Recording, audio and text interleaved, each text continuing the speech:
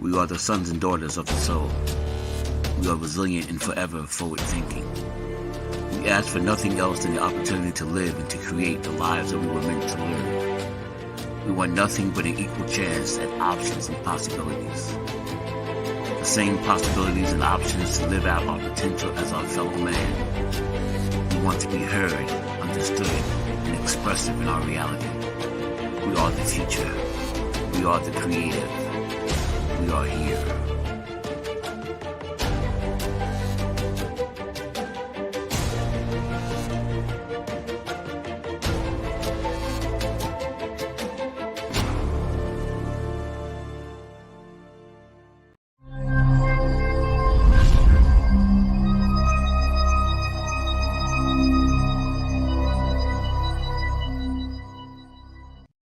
This is Kia Rogers, and you're listening to Urbanology with my dad, Tony Rogers, on WHCR 90.3 FM New York.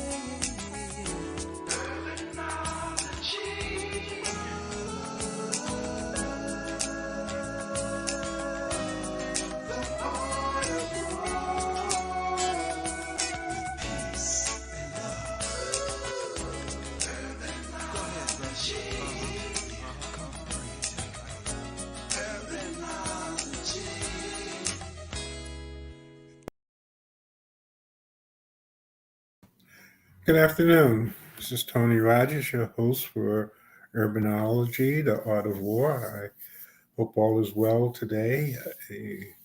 Wow, today is Halloween. And what that means really is that we're almost into 2024. So it's been an interesting year.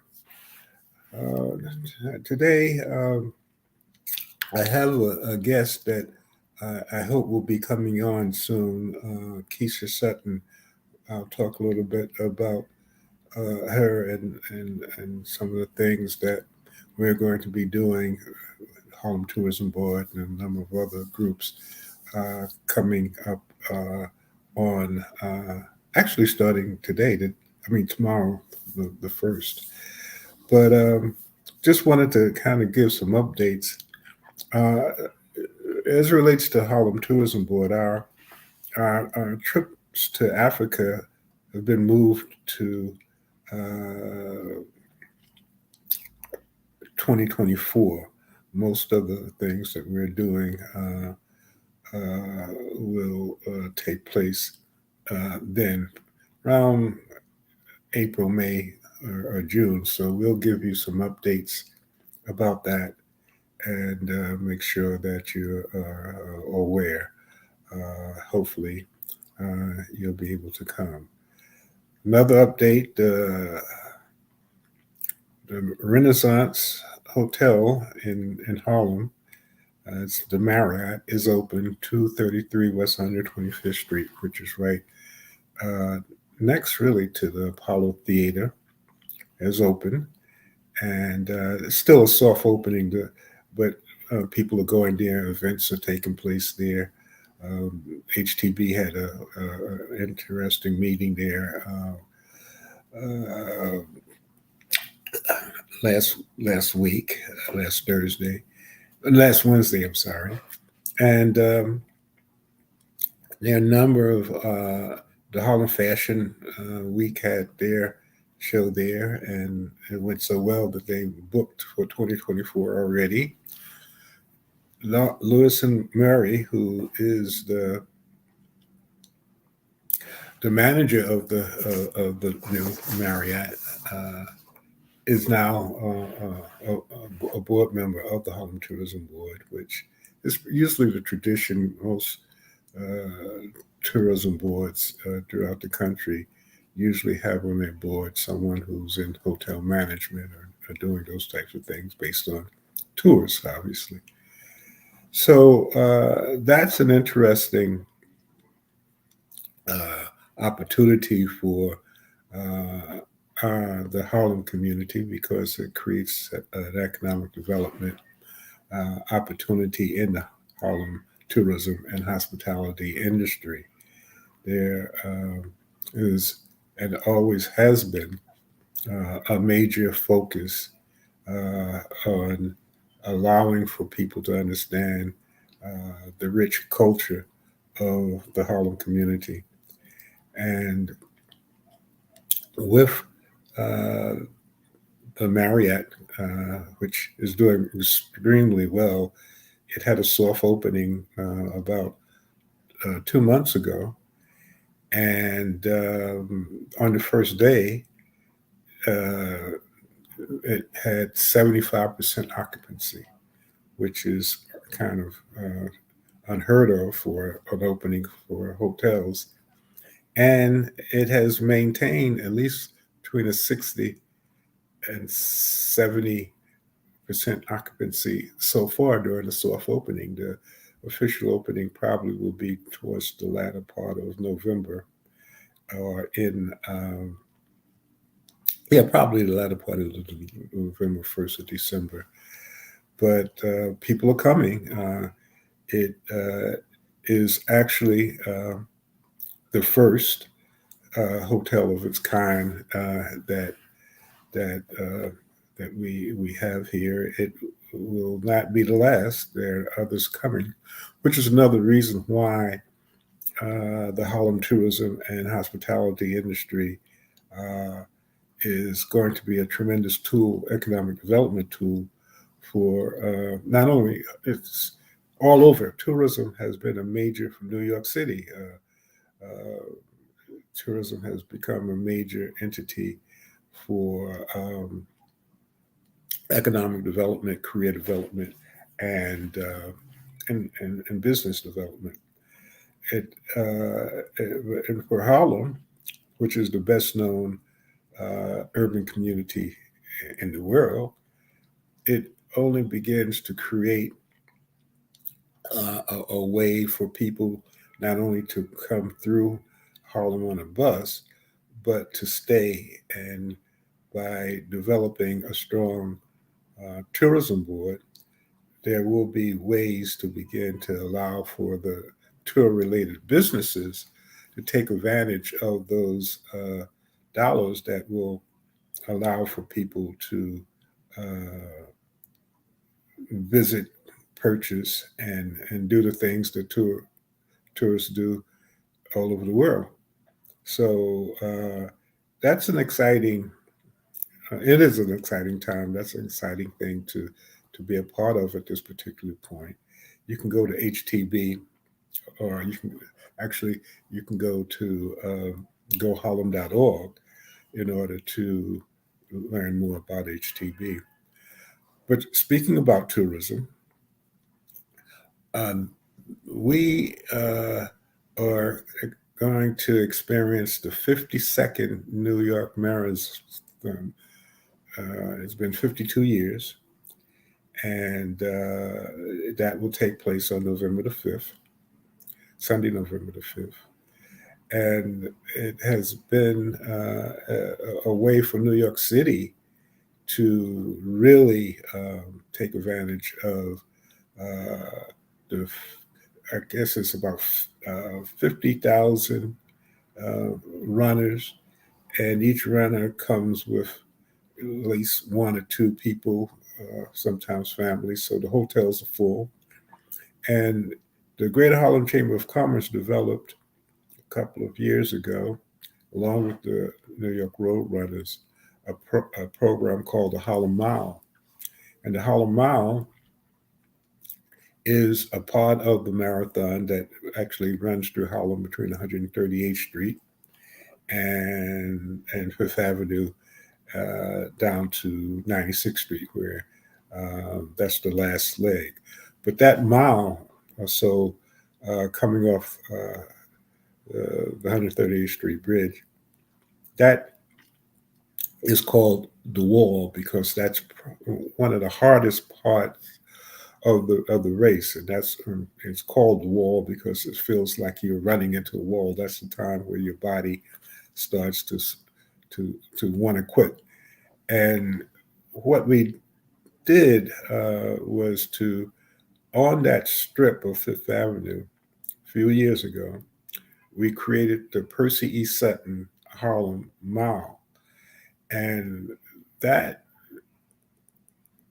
includes live entertainment on a number of stages on 135th Street and Fifth Avenue.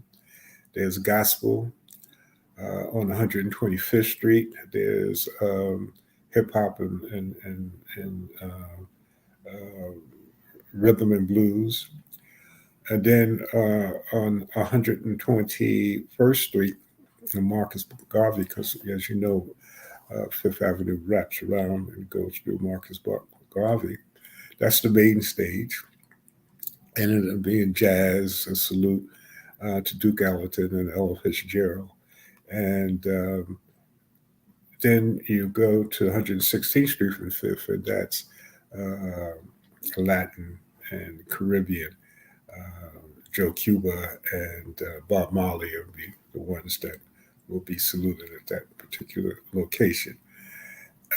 It's interesting because the runners tend to um, uh, run. Uh, the official runners run very quickly. That 26 miles is nothing to them. However, um, the ones who are kind of struggling and really feel that wall tend to love to stop and dance and get a break. And that's always fun to see towards the latter part of the race. Some of the runners become energized again. They hear the music and they see the people in the community cheering them on, and they uh,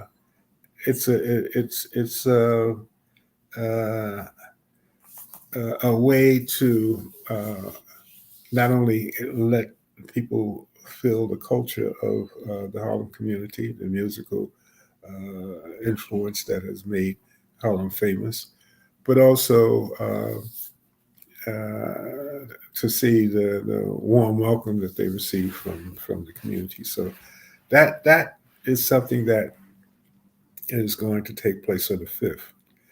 Throughout November, from the 1st to 36th, 27 restaurants will be involved in a program called the International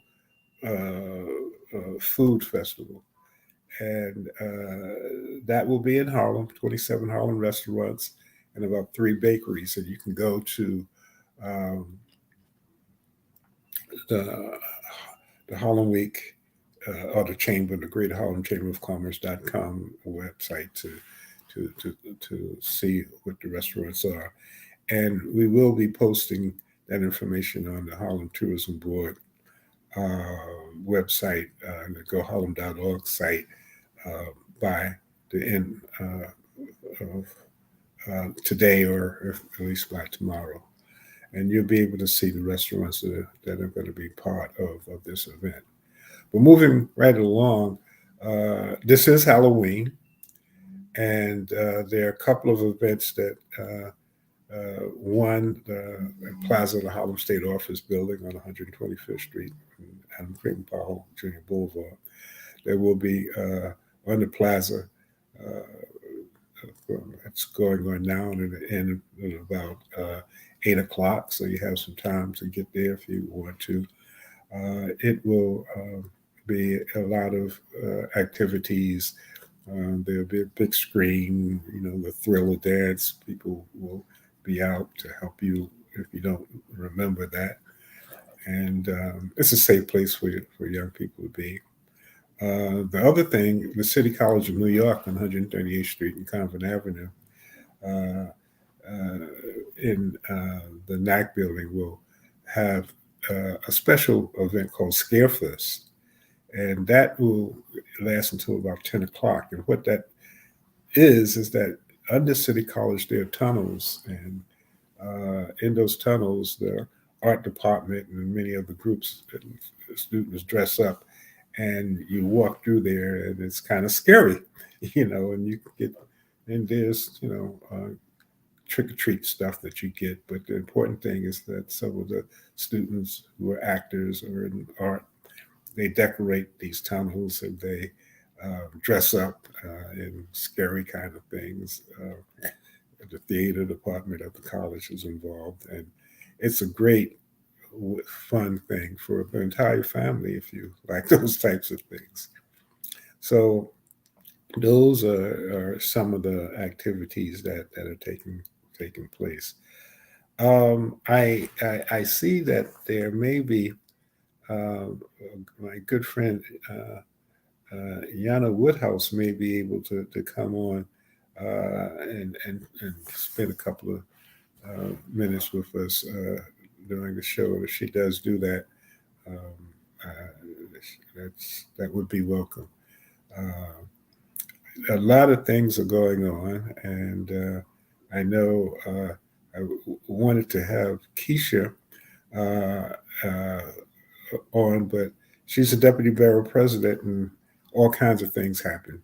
So those are some of the things that take place. But the important thing about Keisha is that her dad, Percy E. Sutton, was the borough president. He was the person who actually uh, helped orchestrate the 5 borough marathon. Uh, and it's an interesting um, story about how that was done, and how and when the Honorable Percy Sutton was the borough president, that's when that office had a lot of power. He was in charge of Ways and Means. And Mr. Sutton was quite influential in many of the things, whether it's Harlem Week, the Harlem Marathon, and so many other things, the Apollo, the Amsterdam News. And now his granddaughter is a deputy uh, uh, for the borough president office of Manhattan. So that's an interesting, and at some point we'll have her back on the show. She might have gotten tied up, and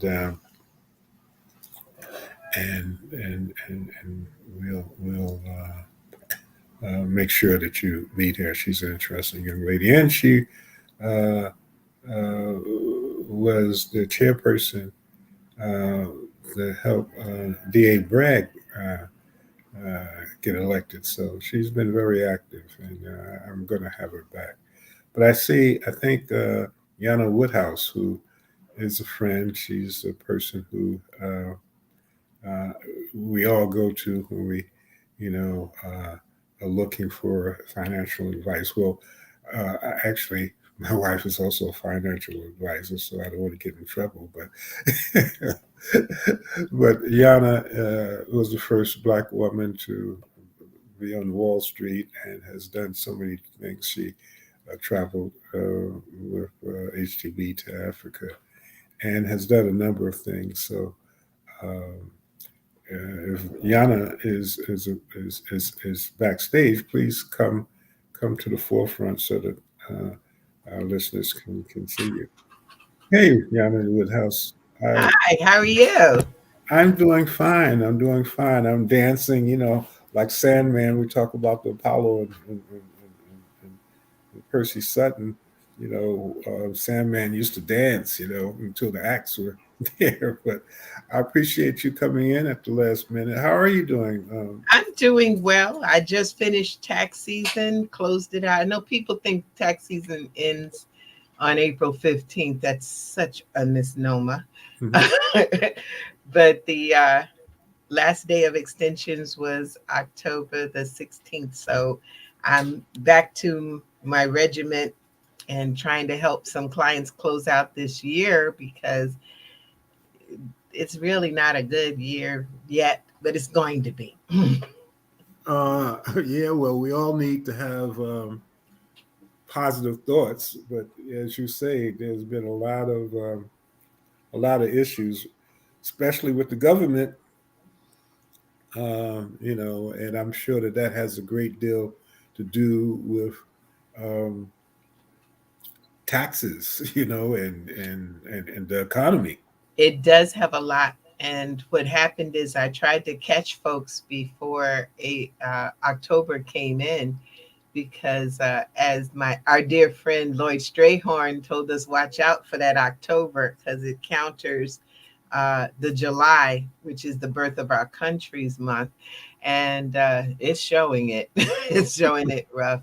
We um, we had the moratorium on student loans and on rents were lifted, and so if people don't know if they have a student loan, they need to sit with an expert of some sort in the world of student loans, because if not, by the end of this year, they're going to be stuck with that interest rate that they have.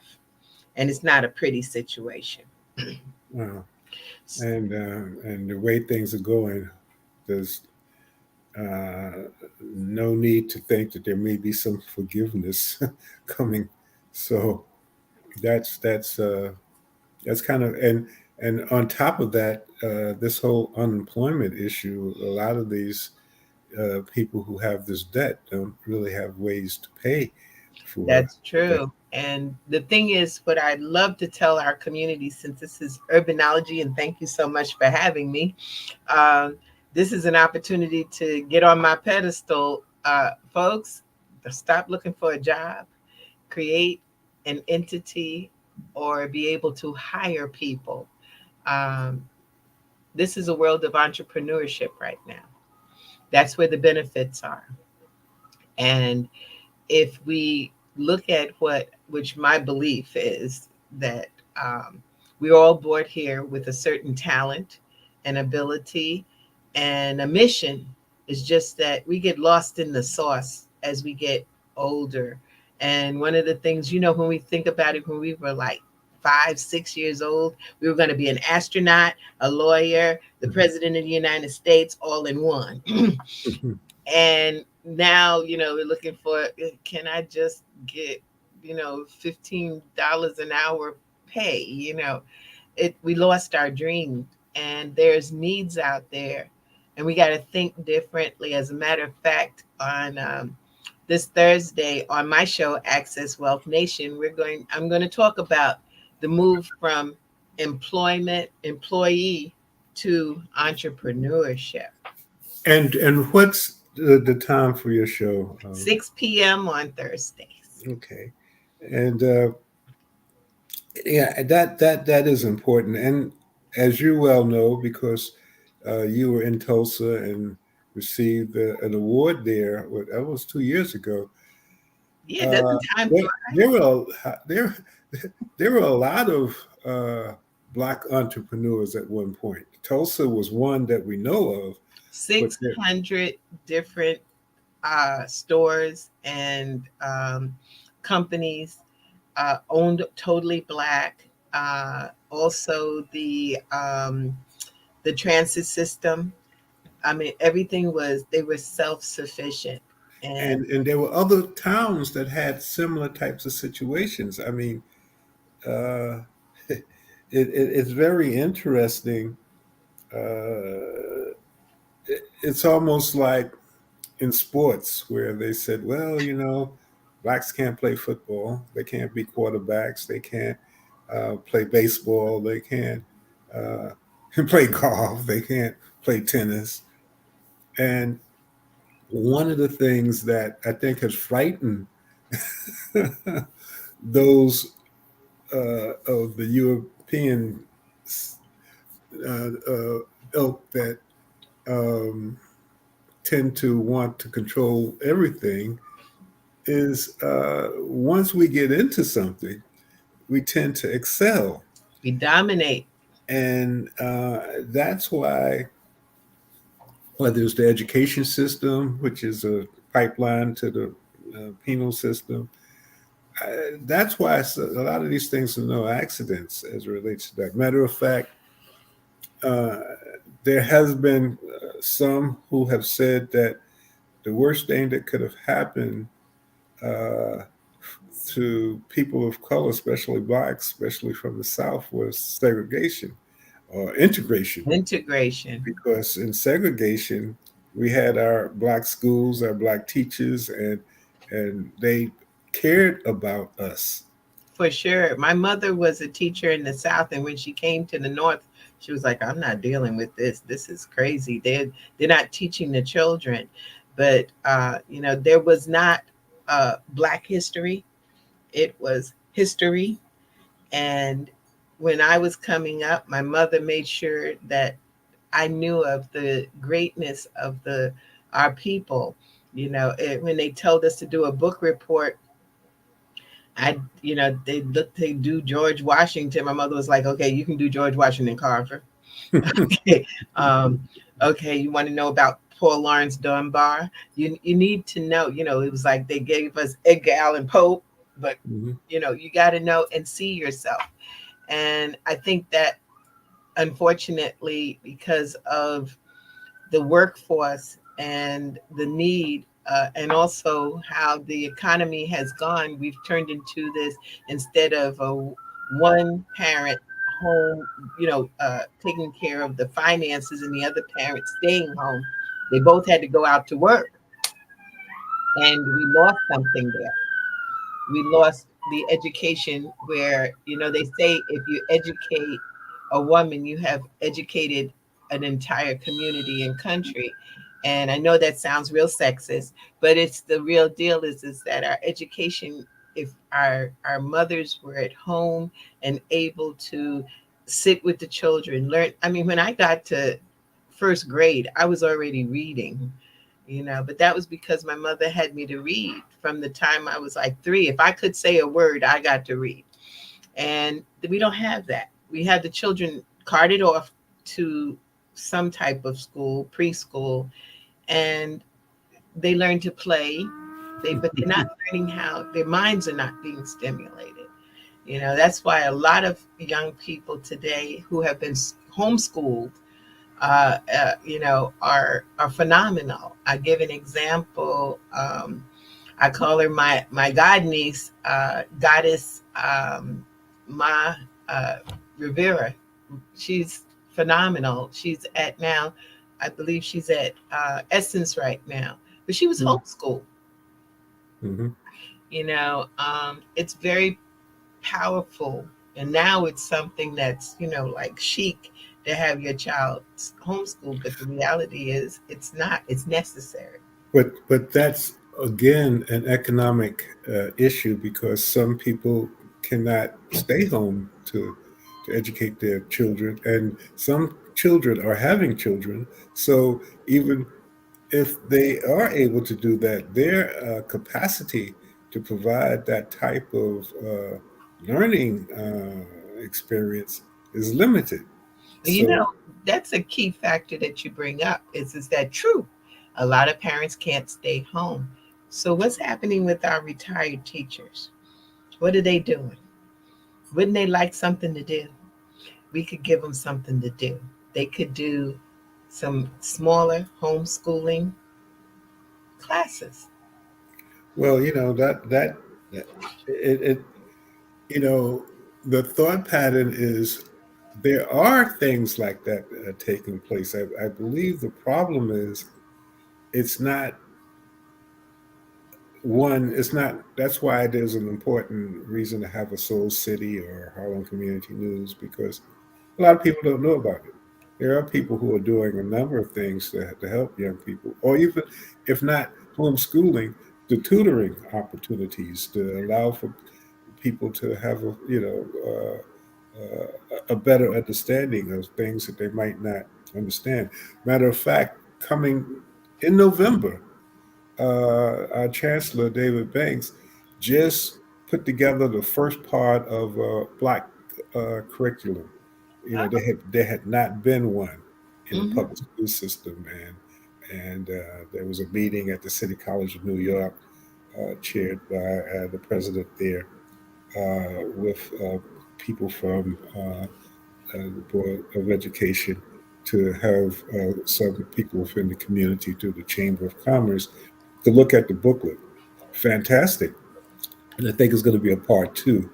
But it was something that, I mean, if that had taken place while I was in school, it would have been, I'm sure, a difference. Even though I was fortunate, I grew up in the South up until about 5 years old to come here to go to school. But uh, my mother was a Woodson, and Carter Woodson, the father of Black history, was a distant cousin. So my Really? yeah, That's good to know. so my grandfather used to, at that time, they would have newsletters. Hmm. So they would talk about the different, which is what's happening this month, and he would write about a lot of the things that we take place. Matter of fact, every Black History Month, I write the article about that experience. Uh, but at that time, I was still. Uh, by the time I got to public school, as they say, you get dumbed down. So, Yeah. so all of that stuff kind of was lost, until later on in life, I started reflecting back and wishing that I had the opportunity to go back and really understand from the perspective that would have allowed me to appreciate that experience. Hmm. But yeah, if you don't know where you come from, you don't know where you are, and you won't know where you're going. No, and you're almost doomed to repeat until you get it. The ancestors don't have problems with putting you in a position where you're going to repeat this. You're going to learn it. And I think that it was interesting. I was talking to one of my clients, and a matter of fact, he was thinking about coming into the financial service industry, and because we need it, we need people. Matter of fact, I'll put my little plug in. I'm looking for folks that I can impart this information to, so I can rest. Mhm. But he was saying that in our communities, there's such a lack of self-esteem, and I said, yeah, in some ways. It's just that we don't know our culture well enough to know how great we are. And just like you said just a few minutes ago, put us in a situation and we excel. And the thing is that a lot of times we don't even get to the situation. Um, I got to Wall Street just basically by the grace of God and the mission of God to get some information because I wanted to help my clients. I had bought my tax office. I was 19 years old, and I learned by the methods of internship because when I was 17, I worked for a teacher of mine who was also had a tax office, and I worked for those 2 years for him, and then I bought the business from him. That's what we that's the beauty in that, and that's the freedom of owning a business, someone owning a business, being able to hire someone, a youngster, to learn and then let them carry on. That's what we really need now. If Harvard can and Yale can spend time on classes on entrepreneurship and you get accreditation for understanding entrepreneurship, maybe we should pay a little attention to that. Mhm.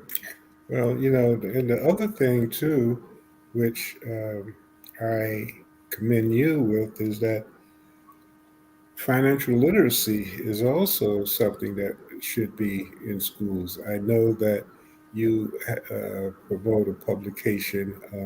Yes, a matter of fact, I got it right here. How money works, stop being a sucker. Right. And and it was put together by two of my partners, Tom Matthews and Steve Seabolt.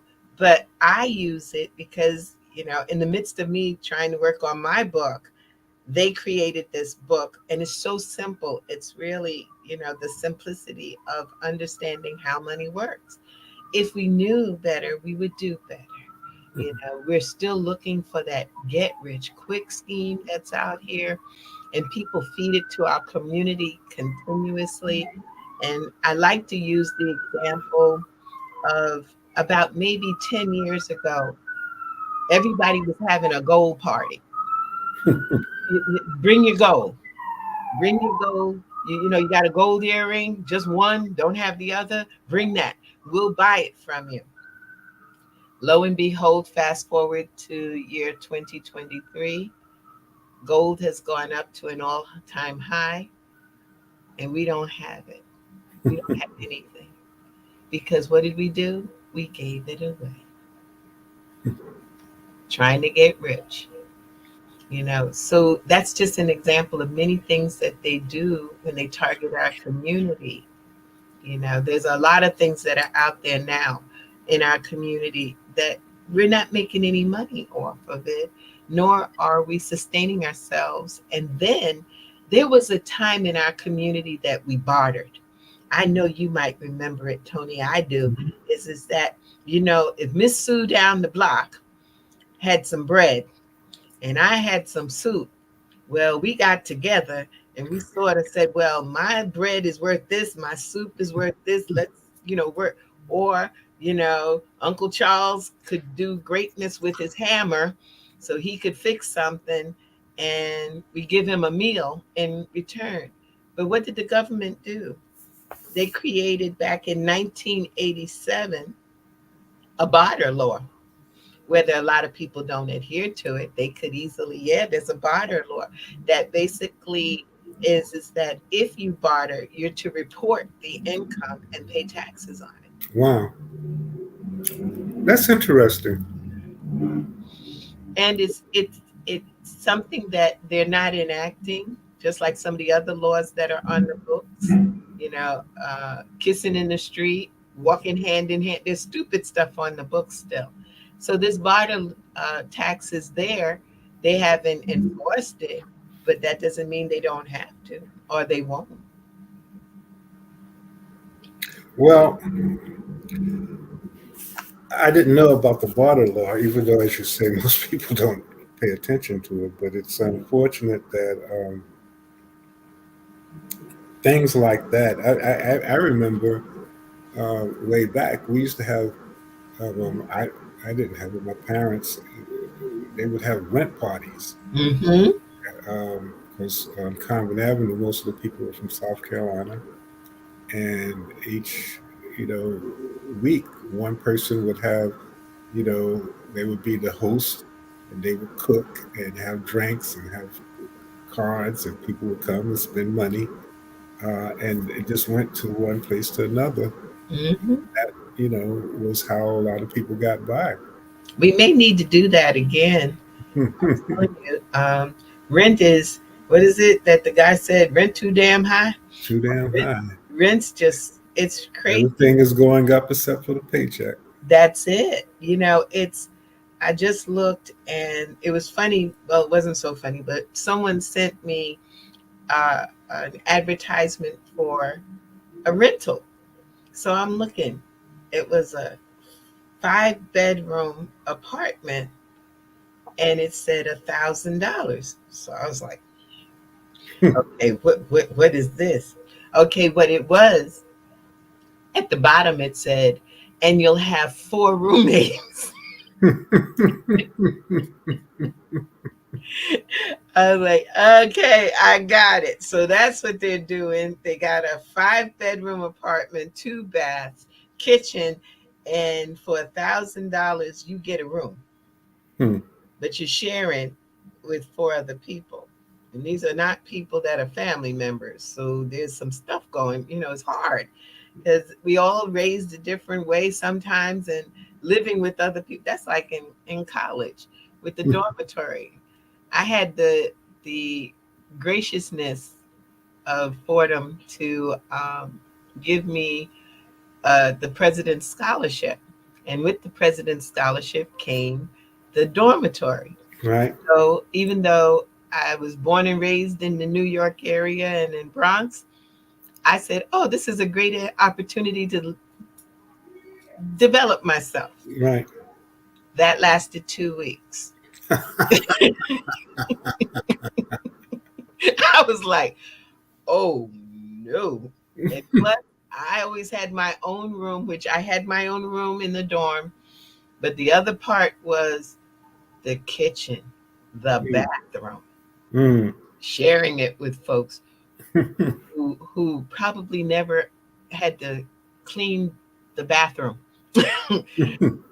or the kitchen. And I was like, hair in the sink. I was like, oh no, I'm out. I go back home. Yeah, well, I was in the military, so that was a whole another experience as it relates to bathrooms. Yeah, that's it takes a lot. It's interesting. I just looked at it from a point of view of the financial service industry. And believe it or not, most of the people who do exceedingly well in the financial service industry are military people.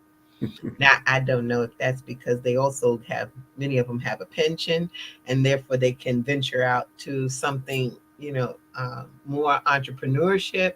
But I'm just amazed at how well they do. I think it's because they follow orders well.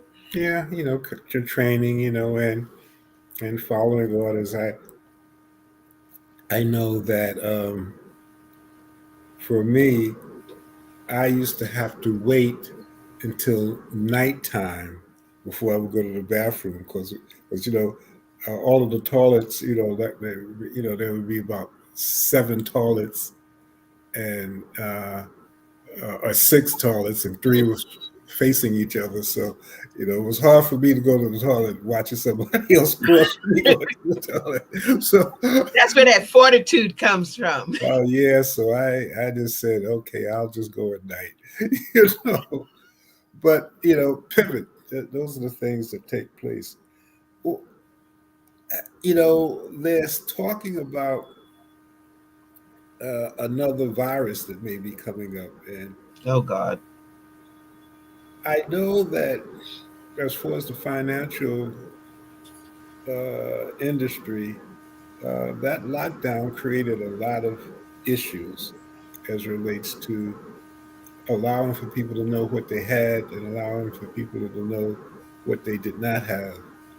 And from your perspective, there's I guess, a yin and yang in everything. Uh, did you find anything that from your clients that might have been something that had to be changed, but it will continue even though the lockdown is over? Was there any lessons learned? There were lessons learned, and there were things that occurred in their lifestyle.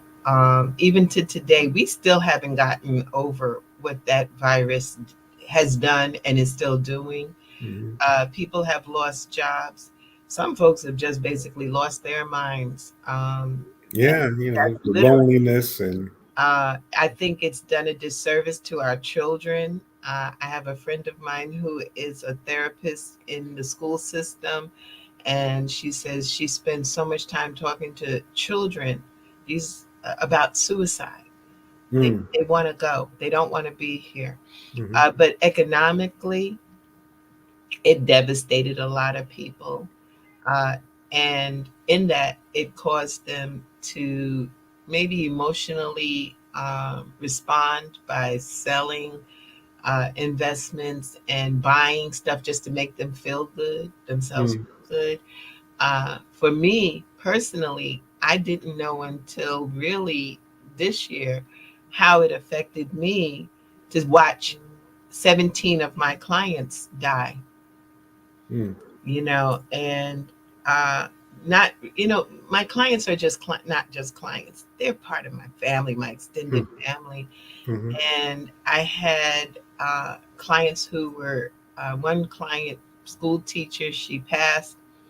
Her son decided not to claim the body, and so she stayed in the morgue for 6 weeks. not to claim the body. Yeah, this is why people do things that aren't so great. By not claiming the body means that the social security check and the Ah, pension checks keep coming. I see. Yeah. I see. So it had people to do things. Now, again, on the other side, some people made money through it. Think about how many people created all those creative masks. You know, they just didn't have their business set up properly. Mm. Structure is important. There were people who used the PPP loans and they didn't even have a business. And if they, a warning out there, any of y'all are out there, watch yourselves because the government's coming. They're trying to catch the folks who got all those thousands and thousands of dollars, not righteously, because the thing is people were looking for ways to get money, and the market Always. yeah, the market itself. Many people think of the stock market just from being, it's money transferred from companies and stuff, but it's more than that. It's an emotional situation. And we do react. Like right now, we're watching the market go up, down one day, up and up another day, you know. And a lot of it has to do with we got this war going on. Two. I mean, Yeah, right, one. too. You're right. And then we have And then one of the things that you never hear about is the wars that are going on in Africa, but that's another story. that's a whole nother situation.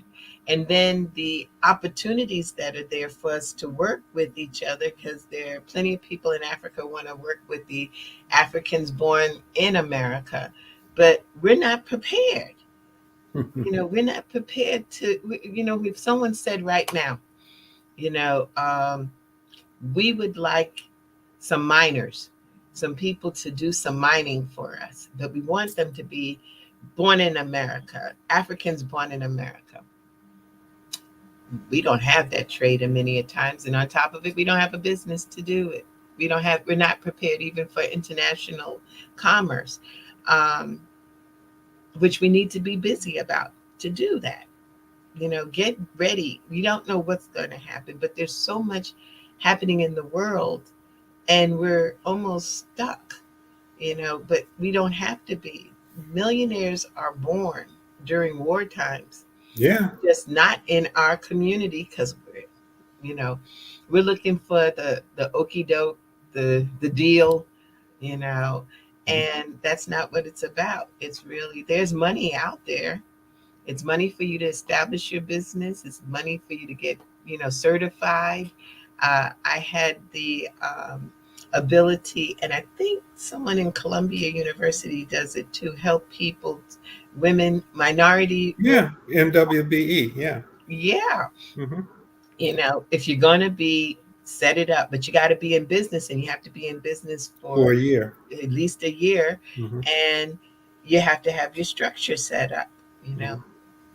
Which is what the issue is, the Harlem Business Alliance, for those who are in Harlem, but and it's a free service, but you have to do the work. I mean, you have to get your taxes where most people tend to, their bookkeeping tends to create the issue. And as you said, there's so many LLCs that are floating out there that, uh, If I just had $1 for every single one, I would be just a multi-billionaire, but yeah, it's that structure that needs to be set up, and to pay your taxes, make a profit.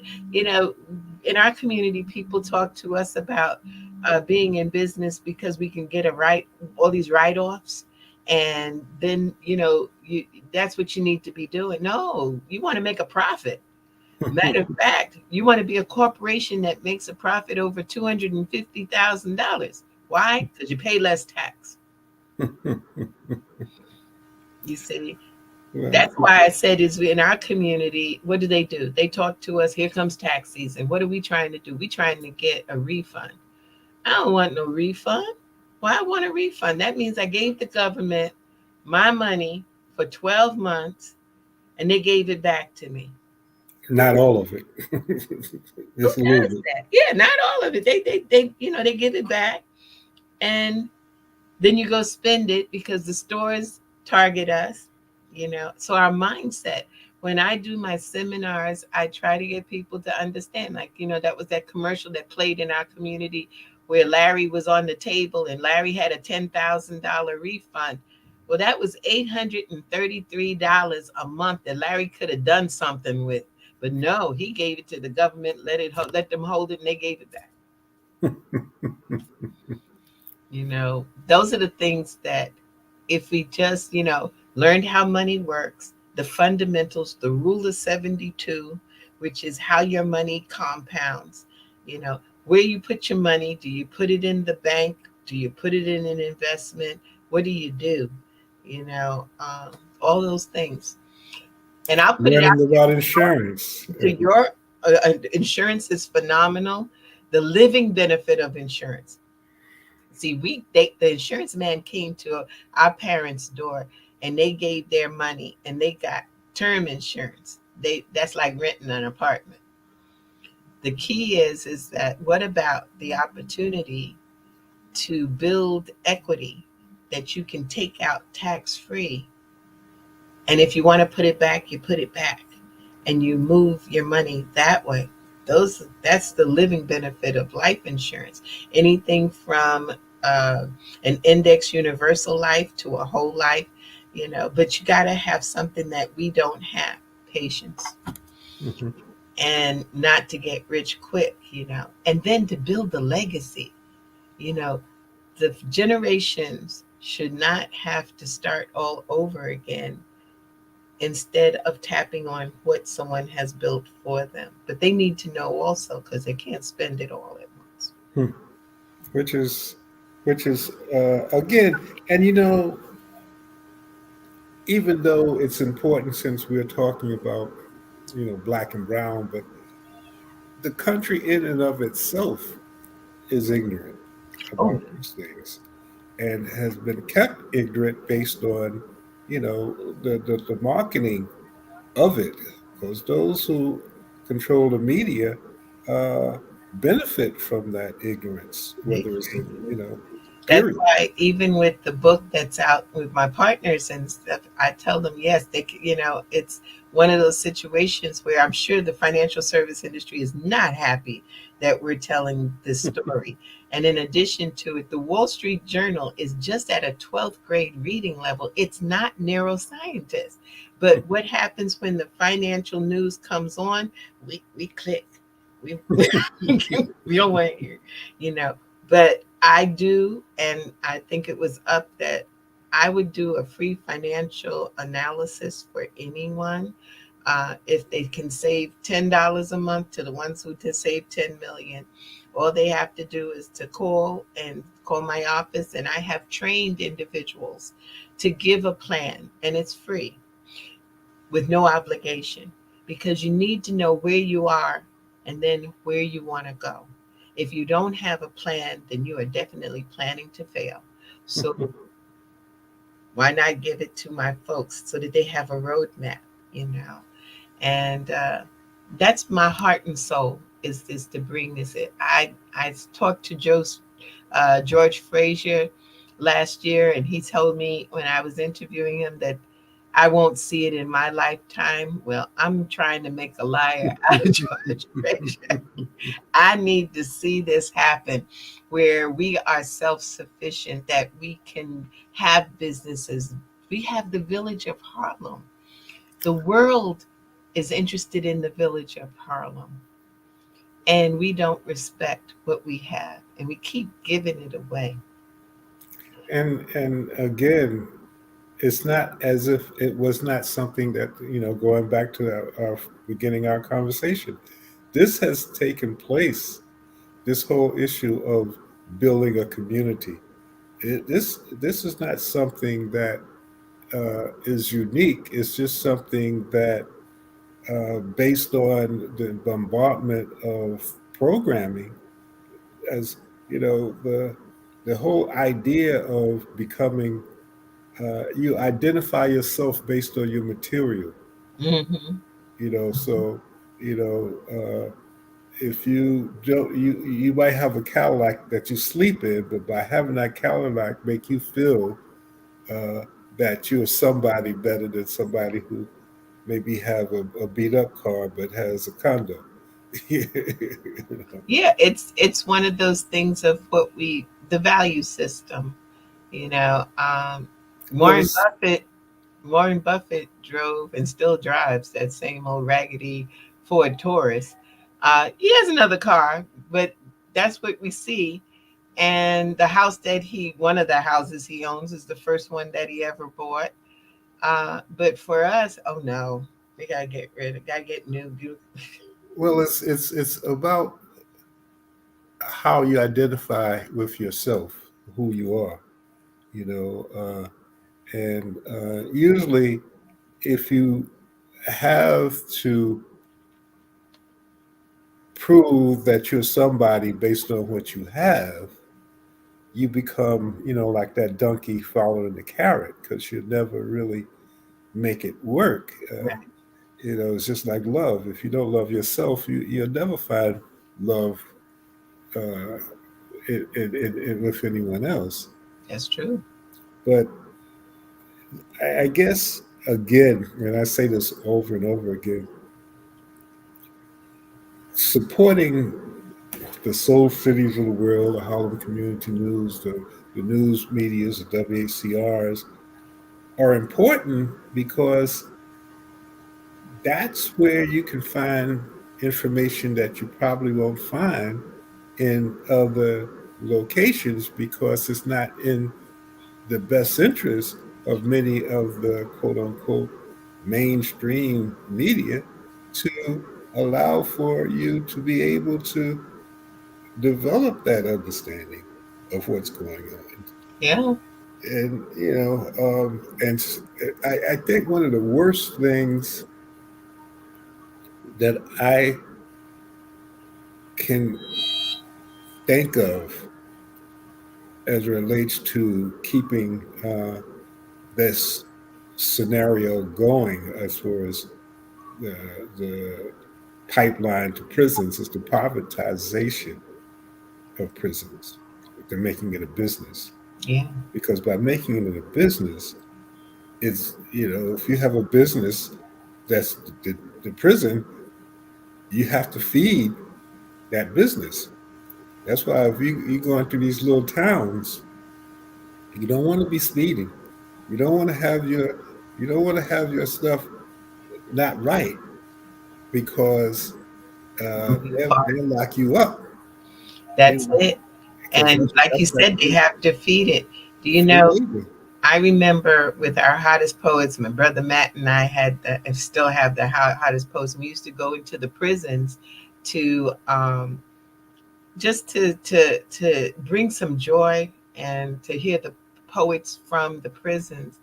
And I remember going, and the major meat cutting that was done for Walmart was done in the prison. The mattresses for the Sealy Posturepedic was done in the prisons, and they paid them. I think it was like $1.50 an hour. There it is. Well, we'll actually have to do another show with you, Yana, because there's so many other things that we wanted to talk. I wanted to talk to you about, but I wasn't prepared. You kind of came on as as a savior, but a good savior in that. I Thank you. appreciate your time. And before I go, just let the listeners and viewers know how they might be able to reach you. Oh, sure. Okay, so I can be reached with Anaj Enterprises Inc. at Gmail. Uh, I tell folks if they want the book, just send me an email with your address because I got to mail it to you if they want the book. But also, they can call my office at 646 375 2121. You can also go to my website, Anaj Enterprises. If you notice, Anaj is really my name spelled backwards. I did it first, but Oprah won. But that's what how you reach me and my team. And I'm looking for people as a plug. Yes, I'm looking to train some folks in this world of finance. Uh, we only represent approximately 1% of the financial service industry. We need to bring that up because our people talking to our people works. So, if anybody's interested, reach out to me. I can tell you how you can become a lucrative financial advisor and more so a financial educator. Well, and that's extremely important, financial literacy. Well, thank you, Yana. I appreciate you. Thanks for coming on at such a short notice, and it's always a pleasure. Uh, Again, this is Tony Rogers wishing you guys who are going out trick or treating be safe, take it easy. It's it's an interesting time that we live in, so please make sure that you are safe. Take care. This is Tony Rogers, your host for Urbanology Systems, signing off. And thank you so much, Yana, for being here. Thank Matt you. McCoy and Jasmine and the Soul City team, thank you for giving us this platform. Take care. See you next week. This is Kia Rogers, and you're listening to Urbanology with my dad, Tony Rogers, on WHCR 90.3 FM New York.